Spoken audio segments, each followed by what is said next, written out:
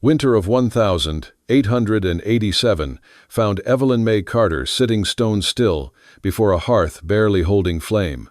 The blizzard outside her Wyoming cabin wailed like a woman in mourning, a sound Evelyn had long since stopped answering.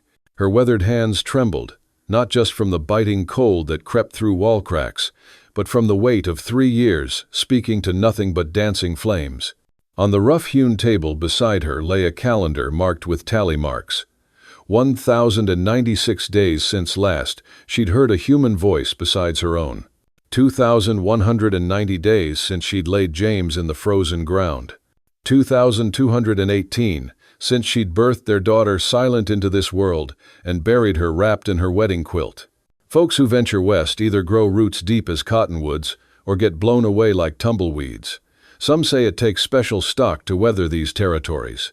I've seen men hard as iron break under Wyoming winters. Women too.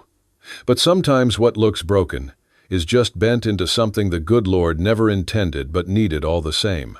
Evelyn wore her dead husband's clothes, the fabric worn smooth in places his body had filled differently than hers. Her hair, once the pride of Whit Crossing if anyone remembered, hung in a single braid bound with rough twine. She stared at the dwindling woodpile stacked beside the hearth. Not enough for another month.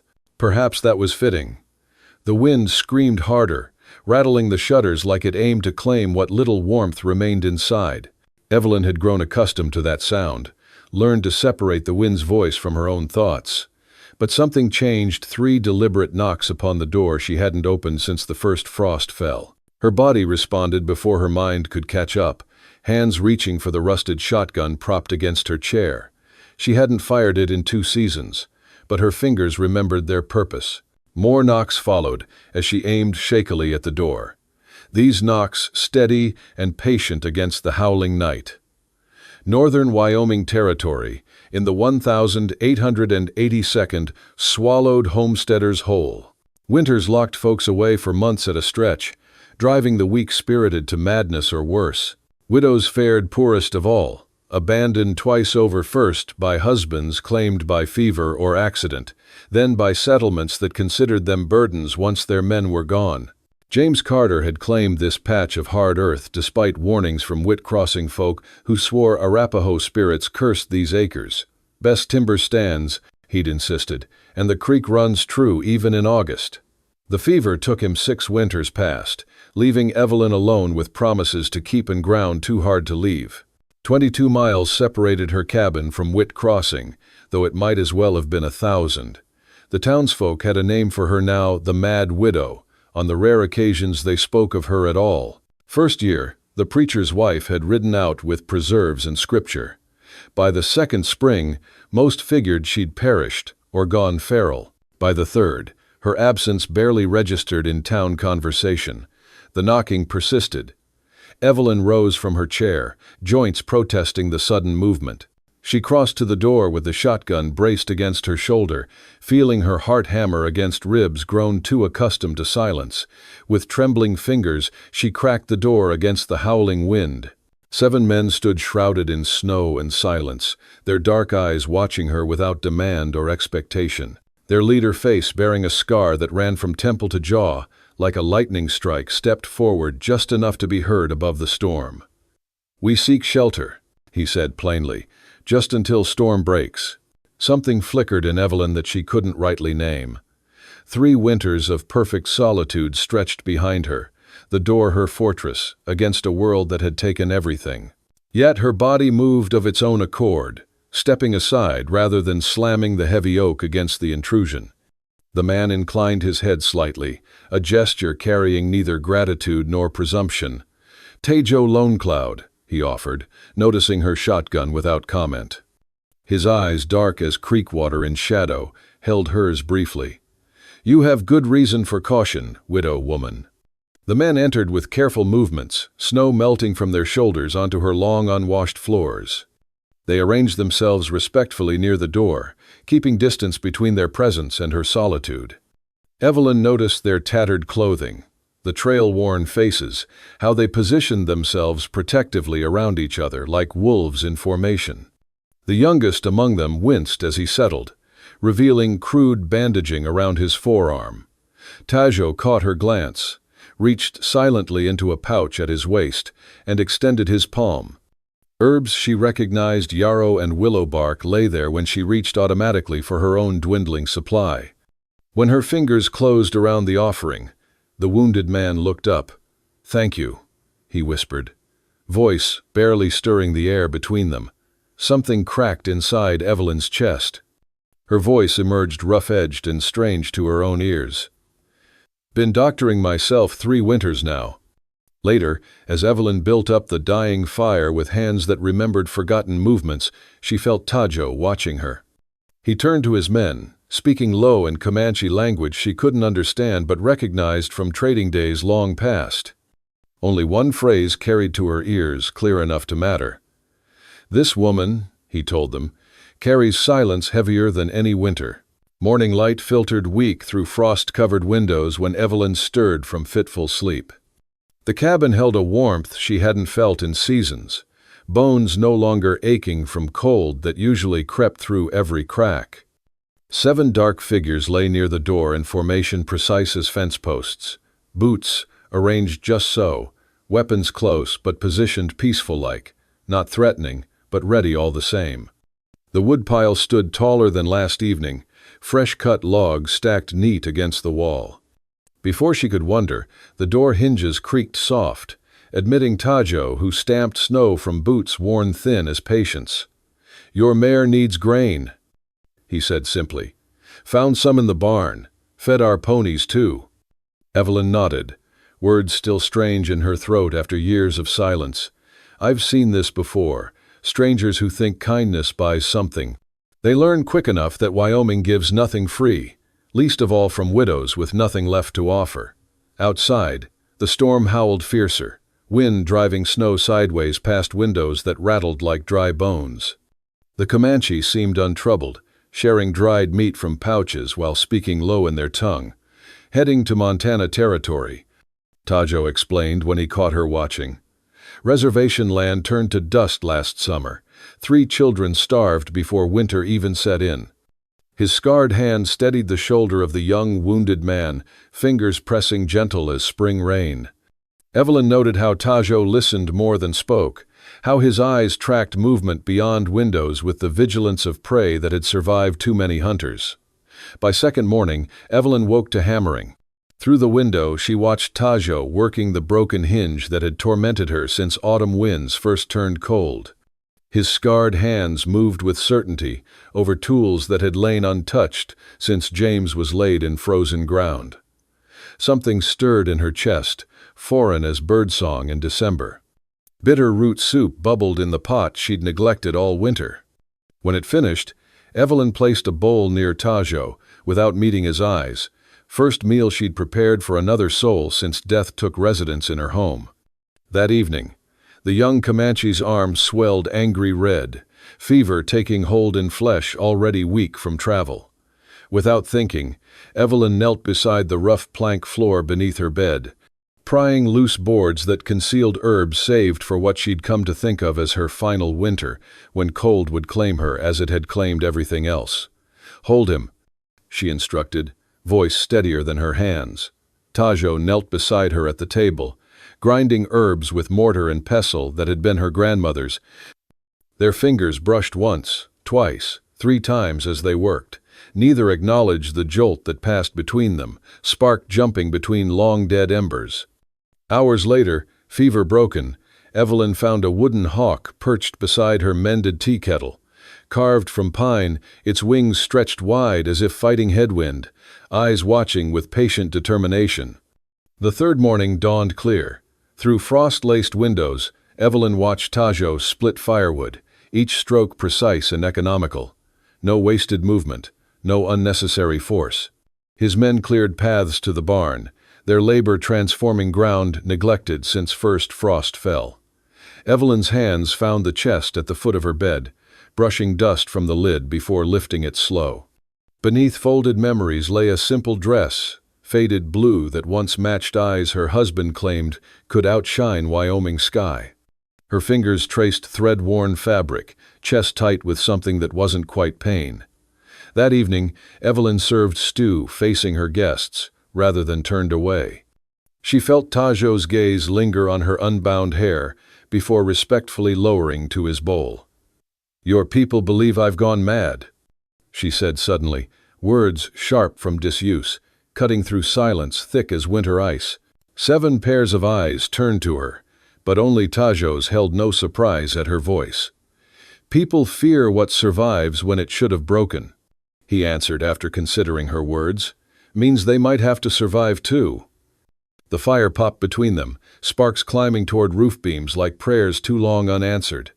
"I've spent 3 years wrapping silence around me like burial shroud, convinced the land would eventually claim me like it took James and our daughter. Now these strangers arrive, and I feel something stirring beneath the ice of my heart, terrifying not because it's unfamiliar, but because I recognize it as hope. The scarred man moves through my home, like he understands what it means to lose everything yet continue breathing.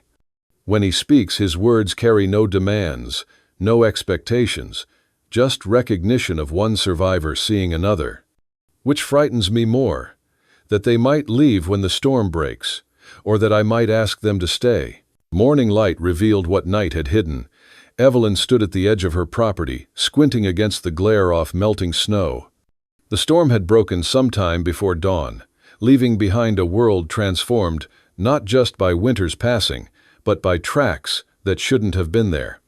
"These ain't your people's," she said, gesturing toward boot prints circling her barn like vultures around dying prey. Tajo crouched, fingers hovering above impressions in the softening earth. 3 men. Heavy-set one favors his right leg, been watching since yesterday. His voice carried no alarm, just the steady assessment of a man who'd spent his life reading signs others missed. "Not Comanche. Men from your settlement, I expect. Hunters or drifters who followed our trail, waiting for numbers to favor them."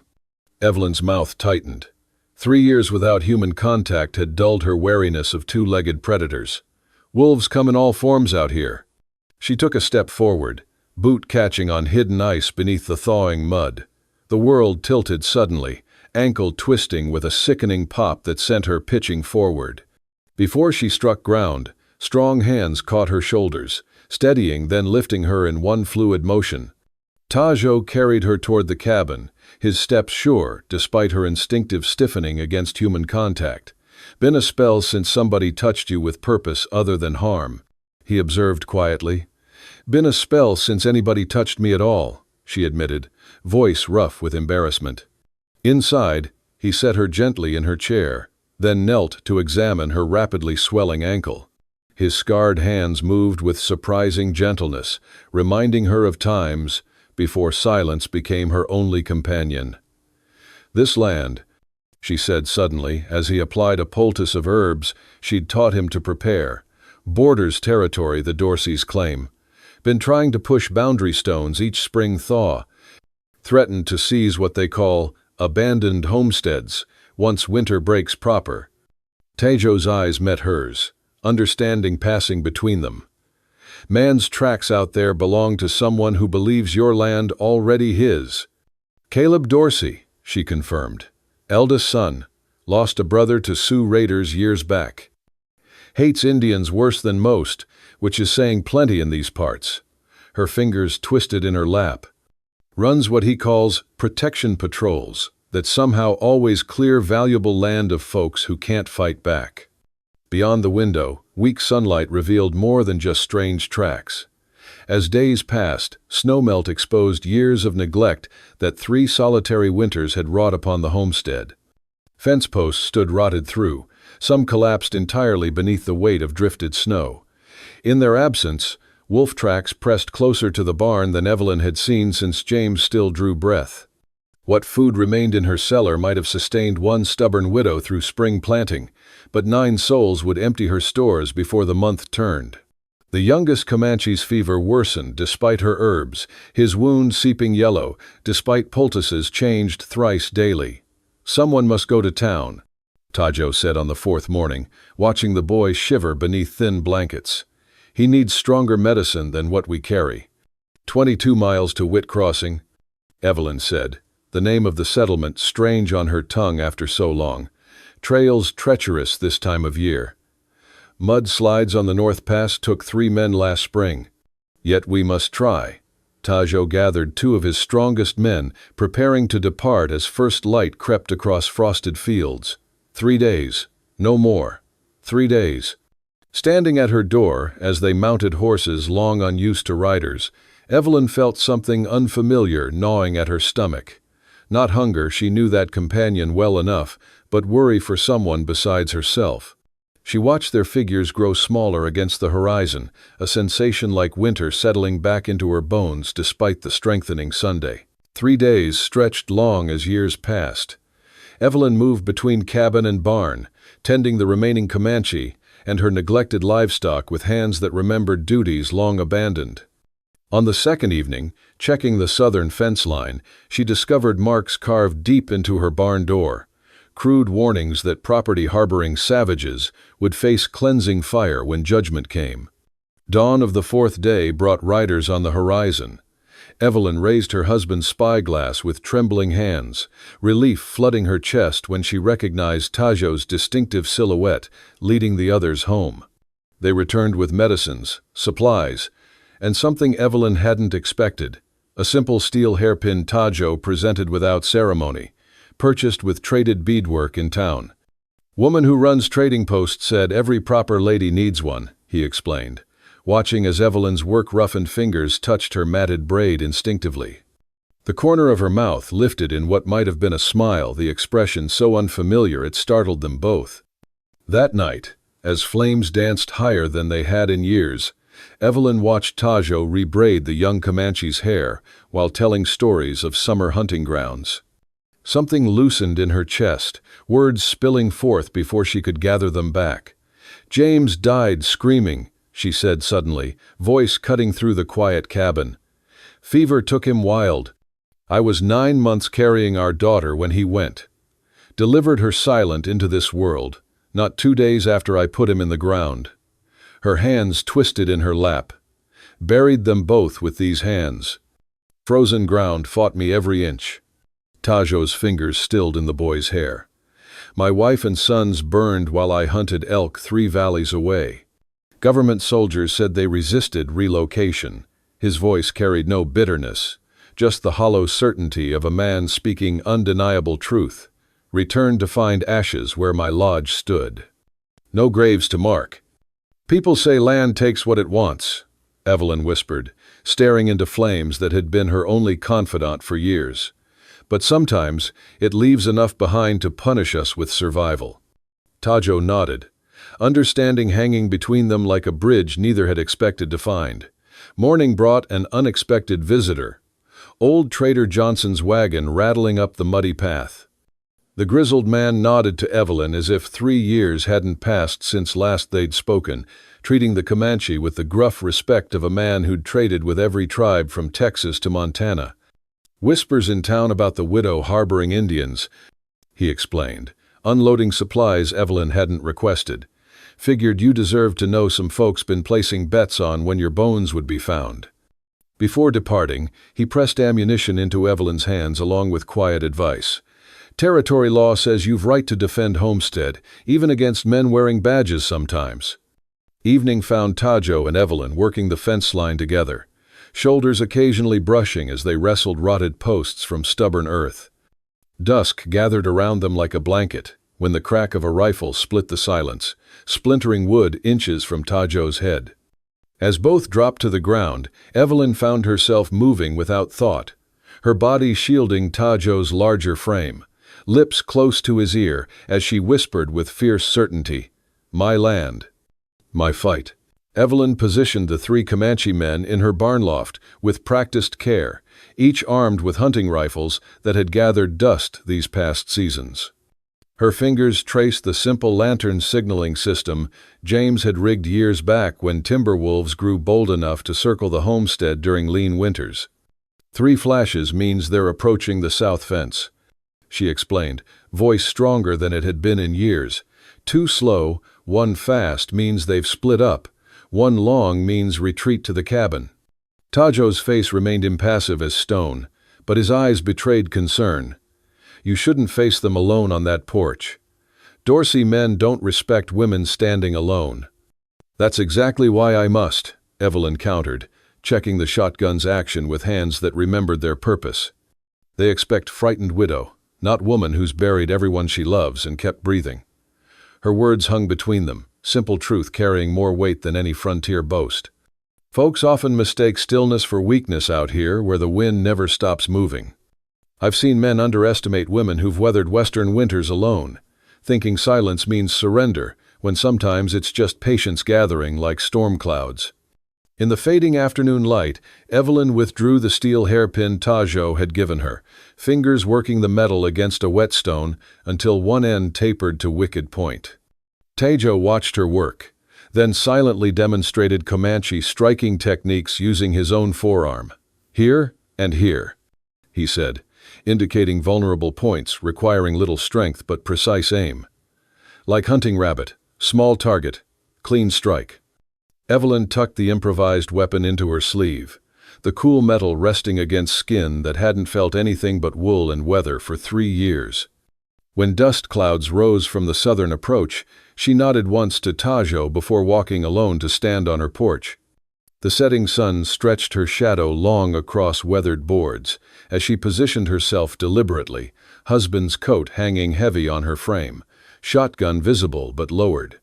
Her face remained shadowed, an advantage she wouldn't surrender. 3 riders appeared against the blood-orange sky, moving with the casual confidence of men accustomed to having their way. Caleb Dorsey rode slightly ahead, his expensive eastern saddle catching the dying light. Jeb Craven and Micah Flint flanked him like faithful hounds, though Craven's eyes darted nervously toward the barn. "Evening, Widow Carter," Dorsey called, voice carrying false concern. "Heard you been harboring Indians, hiding like cowards among women's skirts." Evelyn remained still as stone. "My land welcomes who I say it does." Dorsey dismounted without invitation, expensive boots tracking spring mud across porch boards she'd scrubbed clean just yesterday. He smiled without warmth, revealing teeth too perfect for frontier living. "Now, proper white widow woman shouldn't live all alone out here," he said, moving closer than propriety allowed. "My father's concerned for your welfare. We'd be pleased to offer protection in exchange for deed transfer, once these Indians are handled appropriately, naturally." While Dorsey spoke, Flint circled toward the barn, hand reaching for something in his saddlebag. The fading light caught metal, torch head wrapped in oil-soaked rags. "That barn is private property," Evelyn warned, voice steady as winter creaked beneath ice. "Tragic accidents befall isolated homesteads during spring storms," Flint called back, patting his saddlebag meaningfully. "Lightning strikes, lanterns tip. No witnesses out here to say different." When Evelyn moved to block Dorsey's path toward the barn, his hand shot out, fingers digging into her arm with bruising force. "County records show no living heirs claimed this land last tax season." He sneered, breath hot against her face. "Dead woman can't own property. 3 years I've waited for death to find me, letting grief hollow me out, until I became nothing but ghost haunting my own life. Now, with everything threatened, I feel blood rushing hot through veins. I thought had frozen solid. I want to live. God help me. I want to live." As Dorsey's grip tightened, the lantern in the barn window flashed 3 times. Like wind-made flesh, Tajo emerged from shadows beside the woodpile, moving with silent precision toward Flint before the man could light his torch. Evelyn twisted her wrist, driving the sharpened hairpin deep into Dorsey's hand. He howled, releasing her just as shotgun fire cracked from the barn loft. Craven sprawled from his saddle, clutching his shoulder as his horse scattered. While Tajo subdued the struggling Flint, Evelyn leveled her shotgun at Dorsey's chest. Blood dripped from his punctured hand onto her porch, each drop striking wood like final punctuation to an argument long finished. "My husband's grave holds title to this land," she said, voice steady as mountain stone. "And I stand on his behalf. You'll leave breathing or stay forever, your choice." Dorsey backed toward his nervous mount, face twisted with rage and disbelief. "This ain't finished, widow woman." "It is for today," she answered simply. The wounded Dorsey hefted unconscious Craven across his saddle with surprising strength, shouting promises of return that scattered like seeds on barren ground. Flint, disarmed and humiliated, followed on foot through spring mud, boots sucking with each step like the land itself rejected him.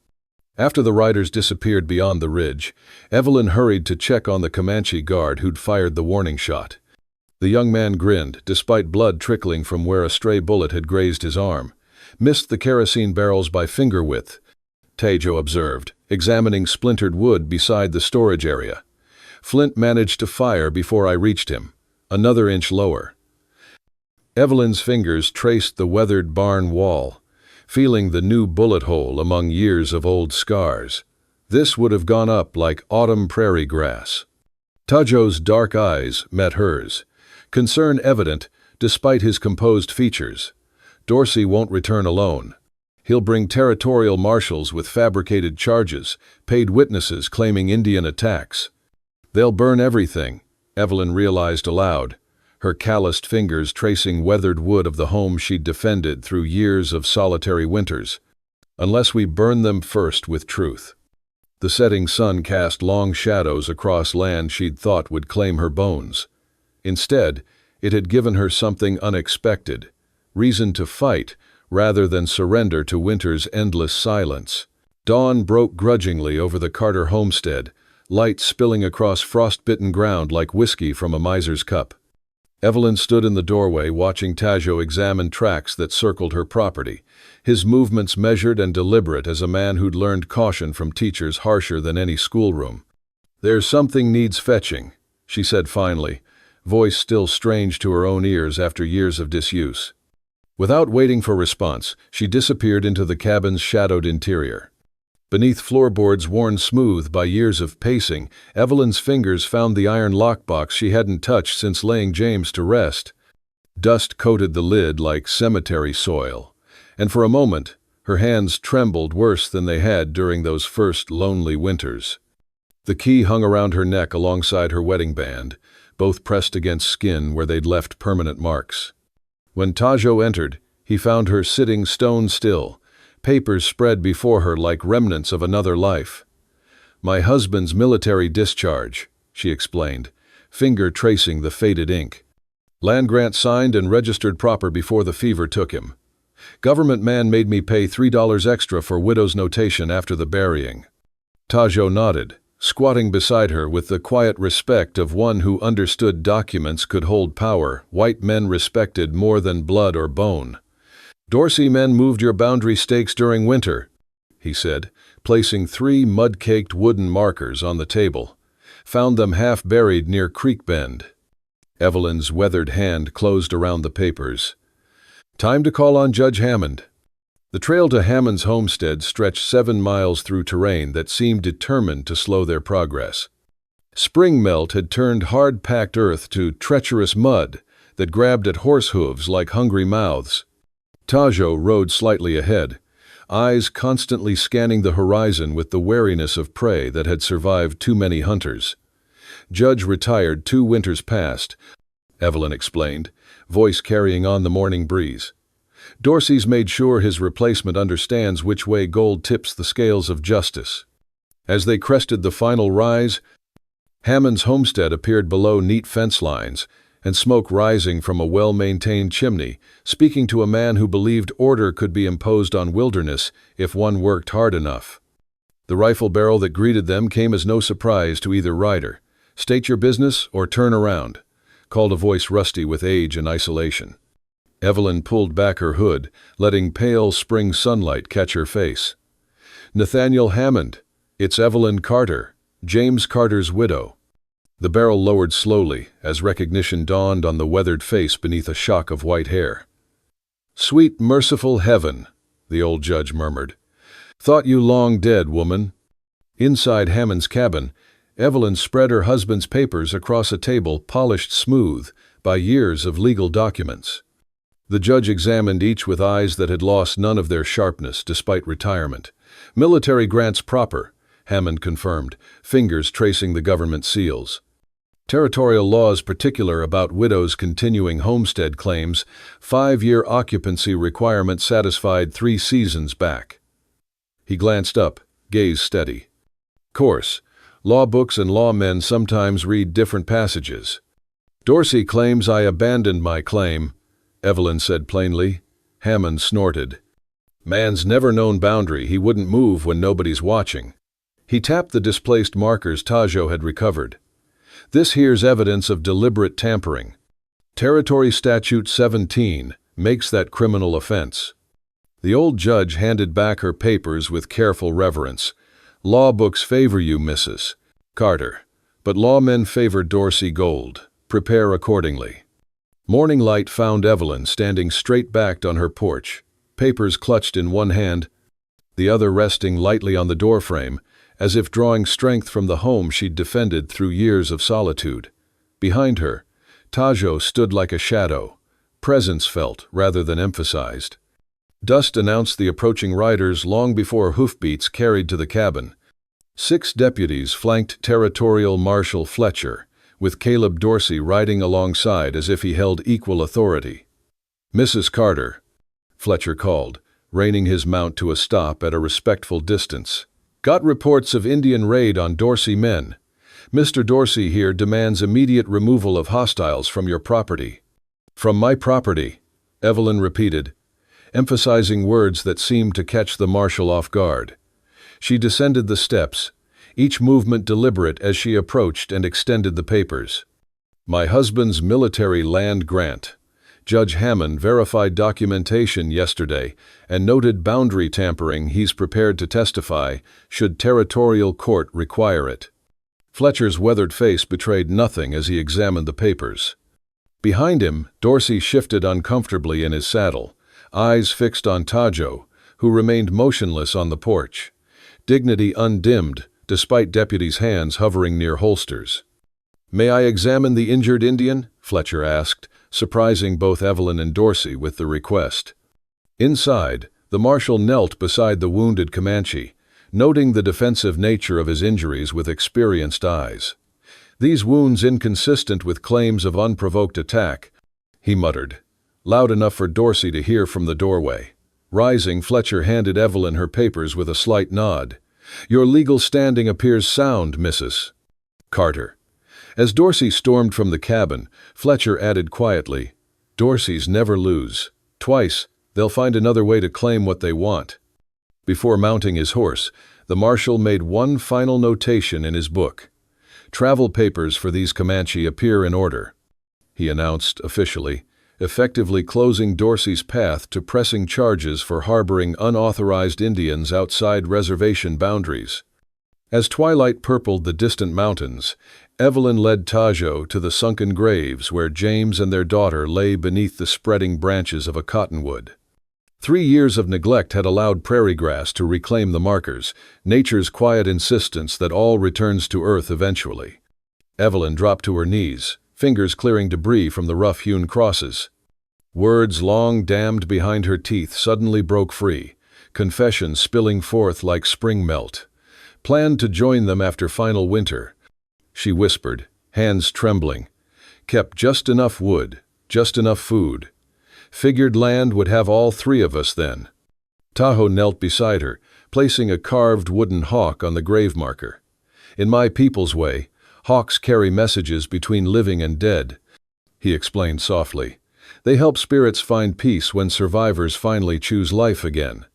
Together they cleared the overgrown graves, their hands occasionally brushing, neither acknowledging the current that passed between them with each touch. As darkness gathered around them like a blanket, Evelyn spoke directly to her husband for the first time since laying him in the ground. I kept your land safe, James, she said, voice strengthening with each word. But now I need to make it mine to live rather than just survive. Night shadows lengthened across the graves when the sound of a rifle being cocked cut through the evening stillness. Dorsey stood at the edge of the small clearing, weapon raised, having tracked them from the homestead. Pretty speech, he snarled. Won't matter much when they find 2 more bodies come morning. Evelyn rose slowly, deliberately placing herself between Tajo and Dorsey's rifle. "This land has claimed enough blood," she said, voice steady as the mountains. Something flickered across Dorsey's face, confusion perhaps, at the dignity in the widow's stance where he'd expected fear. That moment's hesitation was all Tajo needed. He moved like shadow itself, disarming Dorsey with the same swift precision he'd shown before. Dorsey fell to his knees, expecting the final judgment men like him dispensed without hesitation. Instead, Evelyn stepped forward, eyes reflecting starlight as she looked down at him. "Tell your father the Carter homestead stands," she said simply, "and its mistress remembers how to speak to more than ghosts and fire now." Later, firelight painted the cabin walls with warmth that seemed to reach places inside Evelyn long gone cold. Tajo explained his men must continue northward with spring thaw, traditional pathway closing soon with each passing day. "You could join our journey," he said quietly, scarred hands working a piece of wood into shape, "or remain on land that holds both your pain and legacy." Evelyn watched firelight dance across Tajo's scarred face, catching on angles that spoke of hardships weathered and survived.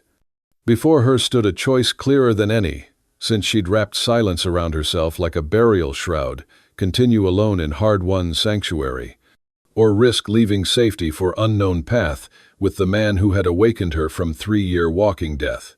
Winter of 1888 found Evelyn Mae Carter standing before the spotted looking-glass she'd uncovered from beneath dust-laden linens. Her fingers worked awkwardly at her hair, plaiting it proper for the first time in more seasons than she cared to count. The woman staring back wore a calico dress, unearthed from the hope chest, faded but clean, a ghost of her former self emerging from morning's shadow. 2 weeks had passed since the night she'd watched Tajo's scarred hands repair her barn doors, since the Comanche men had turned the garden's soil, readying it for spring planting. The homestead breathed again with purpose. The chicken coop expanded, fence posts replanted. Even the cabin itself seemed to stand straighter against Wyoming's endless sky.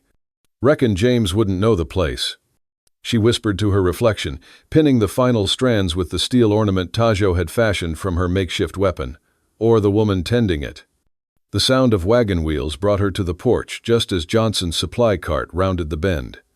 The old trader's eyebrows climbed toward his hat brim when Evelyn strode forward, chin lifted. "Mighty fine morning for trading, Mr. Johnson," she called, voice clear as creek water over stone. "Though your sugar price last month was highway robbery, plain and simple." Johnson's weathered face cracked into something between surprise and pleasure. "Well now, Mrs. Carter, folks in town been wondering if you'd rejoined the land of the living." "Never left it," Evelyn replied, helping unload flour sacks. "Just needed reminding there was more to it than waiting for the end." When Tajo emerged from the barn, Evelyn found herself standing taller. "Mr. Johnson, allow me to introduce Tajo Lonecloud, my partner in this season's planting." The morning sun caught the territorial office envelope Johnson handed her, official seal unbroken. Inside lay confirmation that Dorsey's claim against her land had been dismissed, alongside a second letter that made her breath catch. "Hammond's put your name forward as magistrate for the remote homesteads," Johnson explained, watching her eyes scan the paper. "Says isolated settlements need justice that understands their particular trials." That evening, as twilight painted the mountains with fire, Tajo found her by the newly mended fence line where the first shot had been fired. He carried a message of his own, written in careful English by a northern band elder. "They offer hunting rights if I guide them through winter," he said, voice low against the wind. "Would need to settle, not wander." Evelyn's heart stuttered against her ribs. "Would your people accept widow woman as neighbor?" The question fell between them, fragile as spring's first snowdrop. Tajo's eyes held hers steady. "My people know value of those who survive impossible seasons." The night before the remaining Comanche would depart northward, Evelyn built a ceremonial fire that married traditions. Each person approached the flames, adding a twig while speaking a name, honoring those claimed by the frontier's unforgiving hand without letting loss consume what remained. Long after others retired, Evelyn stood alone with James's worn coat clutched against her chest. The fabric that had shrouded her like living burial these many winters slipped from her fingers into hungry flames. "Thank you for shelter in darkest winter," she whispered, watching embers transform cloth to light. "But spring asks for different strength now." Dawn found them standing together on the cabin porch as golden light spilled across land, no longer barren with neglect. Tajo's scarred hand found hers, fingers intertwining without hurry. "Land doesn't just take," Evelyn said softly. "Sometimes it gives second chances to those patient enough to endure hardest seasons." Beyond them stretched fence lines marking boundaries no longer meant to keep the world at bay. Smoke curled confidently from the chimney toward endless Wyoming sky, while two figures stood silhouetted against morning light, neither standing alone. Folks who've weathered seasons that threaten to bury them beneath grief's silent snow, remember that even the hardest winters eventually yield to spring, and sometimes, what we need most arrives at our door precisely when we've forgotten how to ask for it.